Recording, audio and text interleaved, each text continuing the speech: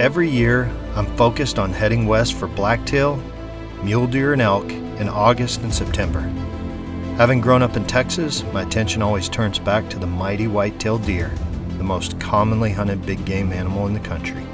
If you grew up in Texas, you certainly know the famous brush country of South Texas and the legend of the Muy Grandes that live in it. South Texas is made up of an area as big as many states, but there are pockets that produce bigger bucks than others. For a few years, I was blessed to hunt a huge, completely free-range ranch called the GK Paloma. This ranch was in the same family for over 100 years and has had very little development through that time frame.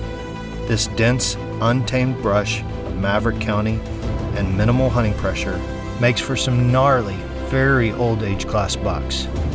Early in the season, while hunting a buck we called Low Crown, we got 2 trail camera pictures of a big frame 10-point we named Lefty because of his matching left-leaning brow tines.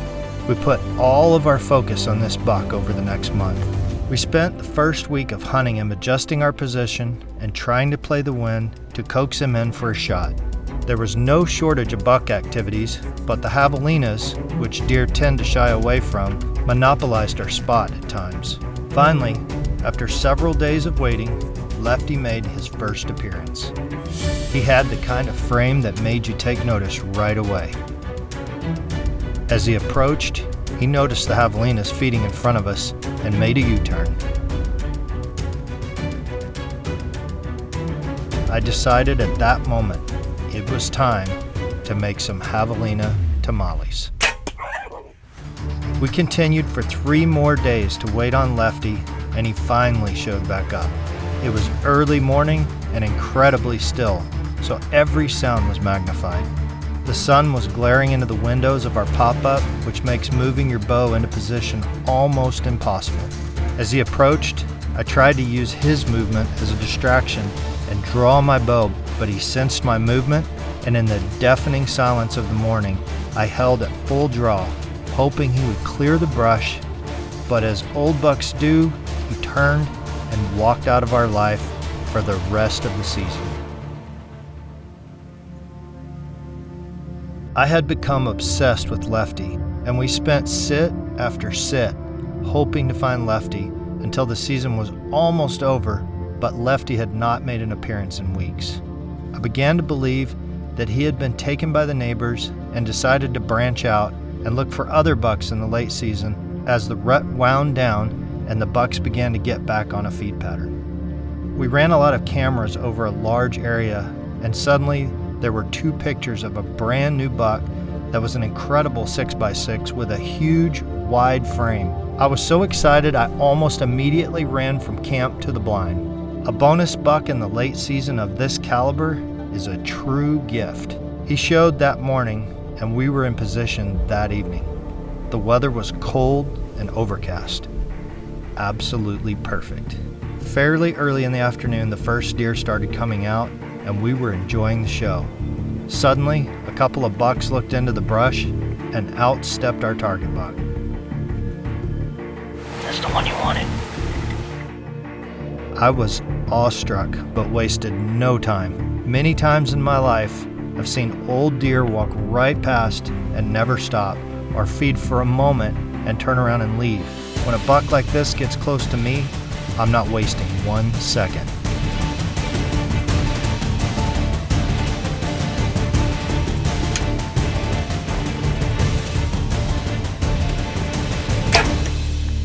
Oh my goodness. Did you see that? That happened fast.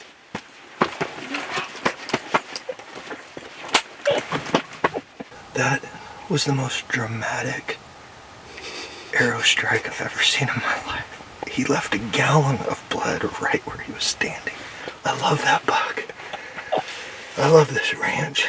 I love the whole experience getting to hunt with good people. I'm so thankful. I'm so thankful.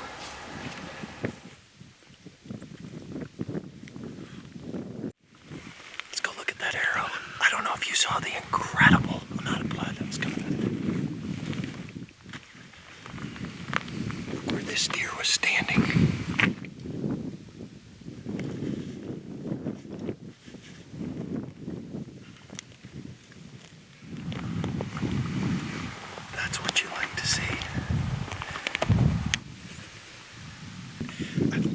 seen that much blood come out at the point of impact. It was unbelievable. The Mega Meat Broadhead performed in the way it was designed, and that buck had a very short blood trail. As hunters, we always pray for a very quick passing for the animal. It's why we practice so much and why we obsess about our equipment. Look at that buck.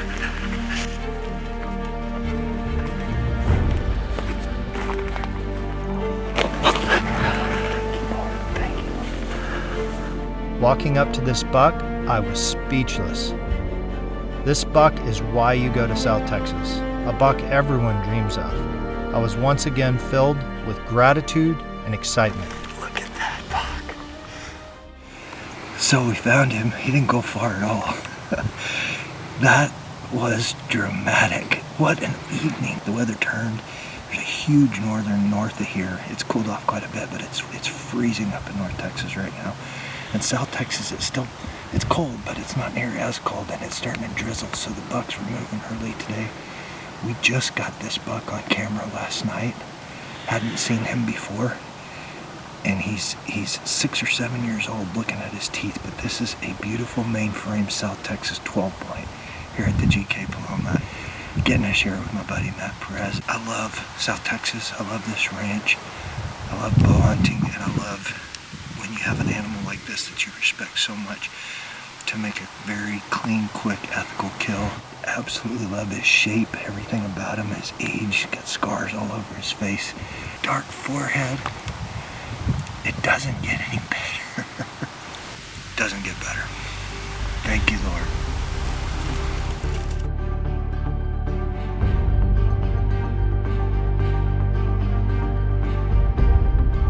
The next day, we were looking for a giant old 8-point that Matt wanted to hunt. His opportunity came on the second sit when this bruiser strolled in like he owned the place. As old bucks do, he walked right by the feed site and out of my window. Matt was to my left and could still see him, but he was moving through the brush. Matt drew 3 separate times, and the third was a charm. I wasn't able to get the shot on film, but was so glad to share another hunt with Matt. Was it a good shot? Yeah, smoked it. Yes. What just happened, Matt? Just spoke to giant 8-point here. HEB, baby. Huge 8 brotherhood. Let's go check him out. That is a beast. Holy moly. Look at the head on that thing. Oh my God. That beam, dude. This buck was a stud. In the event that we would be able to hunt Lefty next season, we began to think of ways to try to keep him in the area. There were no feeders in this area, so we decided to establish one. As is standard in this country, we built a hog-paneled fence around it to try to keep the pigs out. During the entire next summer, we only got a couple of pictures of him. This buck was a ghost. As the season drew closer, with no sightings, we started to think about how to adjust our tactics.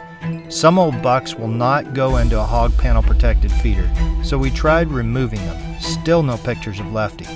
Finally, we decided to pull the feeder completely and just try baiting the ground as we had the prior year. Within 2 days, he showed back up.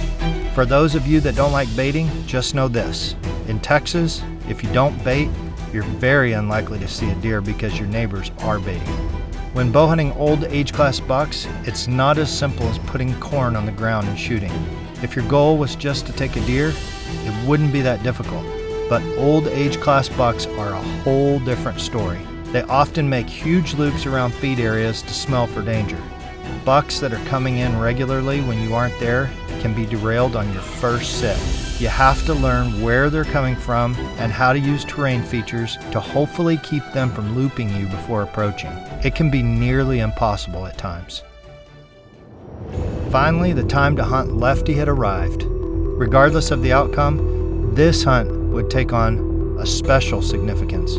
This would be our last chance at Lefty and our last time to share this wild country together. Our first 3 days on stand were full of deer sightings. We admired some real up-and-comers that we wish we could see again in a few years. It's another great sit at the GK Paloma. Another awesome morning. Lots of bucks. Weather's changed a bit. It's kind of cool and windy out there this morning. I'm loving it.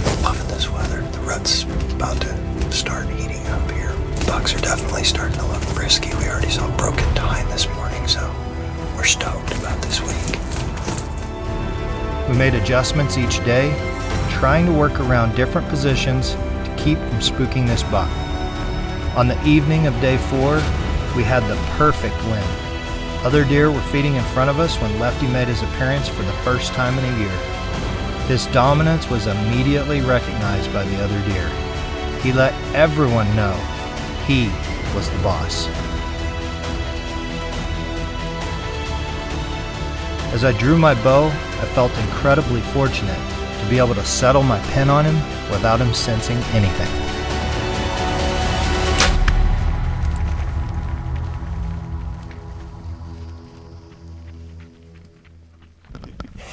The dynamic duo just did it. 2 years. That is a cool old South Texas monarch. Dude, how many days have we sat on that deer? Oh my God, too many. That buck is special to me because he not only is a mature, just purely native, he's not eating cottonseed or anything. He's just in this remote part of the ranch out in the brush doing his own thing. He doesn't like feeders. There was a feeder here. We actually removed it and he showed up. Thanks a lot to Matt's hard work. We stayed with him this summer, figured him out, got him in here comfortable. That was as comfortable as I've ever seen him in the few times we've seen him. And I'm telling you what, getting a deer like that is so shy, that's tough to do. And luckily we had a number of other deer in here to distract him this morning, so he wasn't as keyed in on looping us and everything. And man, that could not have worked out better. That was a pretty steep quartered away shot, but I think I put it He's down in there in a good spot. Yeah. So this is a special buck also because this is more than likely, highly likely, the last time we'll ever get to hunt the GK Paloma Ranch. And this is a special occasion, and we've had some really incredible hunts together on this place and times together, but that just means Matt and I are going to be hunting somewhere else now, because the thing about hunting is good people find each other, and there's no need for that relationship to just be tied to one piece of land. There's lots of country to share good times together, and I know Matt's going to be a lifelong friend of mine, so I'm glad to share this experience with you. Likewise, man. Yep. It's awesome. It's awesome. Hey, Hal. Yeah. We got a dead buck over here, man. Okay, so it's for sure dead this time. He's for sure dead. Lefty? Is it Lefty? It's Lefty. I wish you guys film your faces when you probably look like giddy little girls. Oh, we were giggling like Girl Scouts. Awesome. Well, we're headed that way.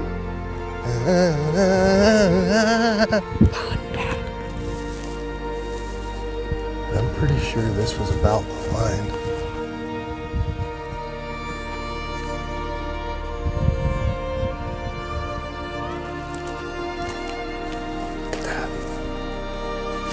There he is, Matt. Yes. Look at the deer. Look at that. Oh my goodness. What a monarch. Hal, get in here. Shake my bloody hand. Personality up the kazoo. That is... Yeah, look at that. Yeah. Awesome. Well, the saga of Lefty is over. I am here with a buck that we hunted for 2 years and could not be happier. He is a buck that we spent a lot of time on. We did a lot of adjustments on this year thanks to Matt's help, and I'm telling you, it's so rewarding to get a deer like that you have history with. This was a pinnacle moment for me. This was the last buck I would ever hunt on this historic ranch with people that I genuinely love and respect. We made a lot of lifelong memories there and took some amazing bucks together. Greater still, we made lifelong relationships with people that I'm proud to call my friends. My time with Hal Kuntz, his family, Matt, and Hannah Perez has made me a better man. I think Proverbs 27:17 says it best. As iron sharpens iron, so one person sharpens another. When I reflect on these relationships, I think of work ethic, patience, gentleness, kindness, servant hearts, joy, faithfulness, and all-around goodness. The fruit of the Spirit is abundant in this group. Seek out those kind of people in your relationships, and you'll live a happier life. Every time you share camp with people like that, whether the hunting is awesome or slow, you'll be reminded that there is much more to the hunt. I'd be honored if you'd check out my book, Winning with the Wildlife, available in all formats, including audiobook, only on Amazon.